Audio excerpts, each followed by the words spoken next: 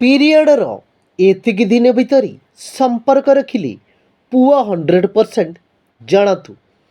ମାସିକ ଧର୍ମ ହେବାର କେତେ ଦିନ ମଧ୍ୟରେ ସମ୍ବନ୍ଧ ରଖିଲେ ପୁଅ ହେବ ନା ଝିଅ ହେବ ଜାଣିହେବ। ବିବାହ ପରେ ପ୍ରାୟତଃ ସମସ୍ତେ ପିତାମାତା ହେବା ପାଇଁ ଇଚ୍ଛା କରିଥାନ୍ତି।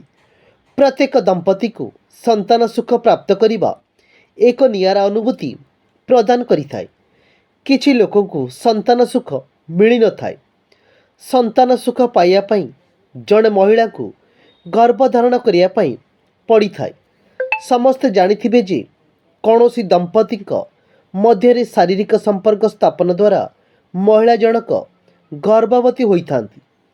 ଅଧିକାଂଶ ଦମ୍ପତିଙ୍କ ମନରେ ଏହା ଜାଣିବାକୁ ଆଗ୍ରହ ରହିଥାଏ ଯେ ତାଙ୍କର ସନ୍ତାନ କ'ଣ ହେବ, ପୁଅ ହେବ ନା ଝିଅ ହେବ।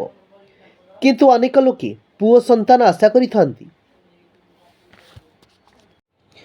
ପୂର୍ବ କାଳରେ କନ୍ୟା ସନ୍ତାନ ଗର୍ଭରେ ଥିବା ଜାଣି ଅଲ୍ଟ୍ରାସାଉଣ୍ଡ କରି ଏହାକୁ ନଷ୍ଟ କରି ଦେଉଥିଲେ।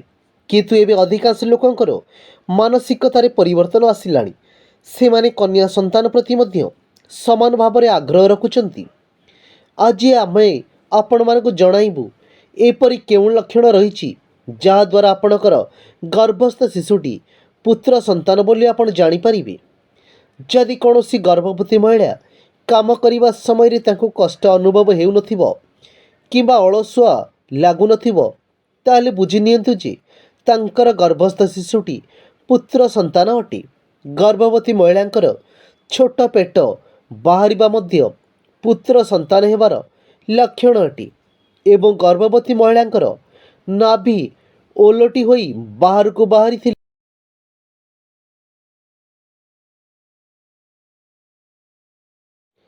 ପୁତ୍ର ସନ୍ତାନ ହେବାର ସଂକେତ ଦେଇଥାଏ। କୌଣସି ଗର୍ଭବତୀ ମହିଳା ସର୍ବଦା ଖୁସିରେ ରହିବା ଏବଂ ଆନନ୍ଦ ଅନୁଭବ କରିବା ମଧ୍ୟ ପୁତ୍ର ସନ୍ତାନ ହେବାର ସଂକେତ ଦେଇଥାଏ। ଏହା ଛଡ଼ା ଯଦି ଗର୍ଭବତୀ ମହିଳାଙ୍କର ପେଟ ଗୋଲ ହୋଇ ଆଗକୁ ବଢ଼ିଯାଇଛି ଏବଂ ତାଙ୍କୁ ଅଧିକ ଖଟା ଖାଦ୍ୟ ଖାଇବାକୁ ଇଚ୍ଛା ହେଉଛି, ତେବେ ବୁଝିନିଅନ୍ତୁ ଯେ ଏହା ପୁତ୍ର ସନ୍ତାନ ପ୍ରାପ୍ତି ହେବାର ସଂକେତ ଅଟେ।